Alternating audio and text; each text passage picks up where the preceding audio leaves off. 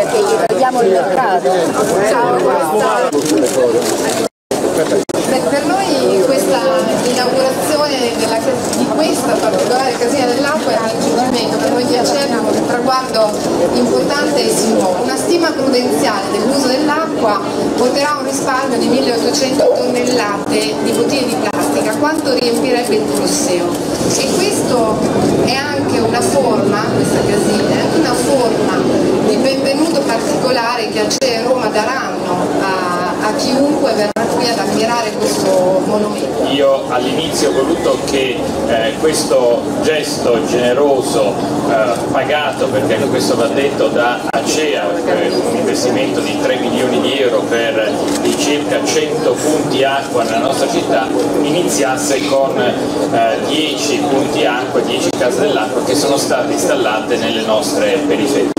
Adesso per prepararci al Giubileo ci concentriamo anche sulla parte centrale della città, dopo aver iniziato dalle periferie, e questo è un lavoro che stiamo facendo perché riteniamo che questa piazza, io non so quanti di voi è capitato, a me certamente è capitato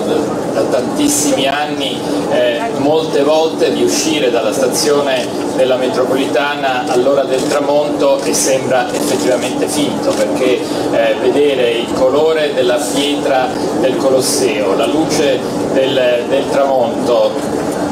improvvisamente uscendo da una stazione metropolitana, mi dispiace per i sindaci delle altre grandi città che avranno anche metropolitane con una rete più ampia, ma un'uscita come questa non ce l'ha nessuno nel pianeta. Sono sicuro che i romani hanno grande amore per la propria città e la rispetteranno, perché sanno che questo è un altro elemento di bellezza della città più bella del mondo. Veramente è arrivato il nasone high-tech al Colosseo, e dopo l'altro nasone high-tech che abbiamo messo all'auditorium e tutti gli altri 6 che abbiamo messo nelle periferie. Ne arriveranno altri 4 entro la fine del mese di settembre, Castel Sant'Angelo, Stazione Cipro della metropolitana, Stazione Ottaviano, e un altro è ancora in periferia a Massimina. Pensiamo entro la fine dell'anno di raggiungere il numero complessivo di 40, il che significa dare alla città di Roma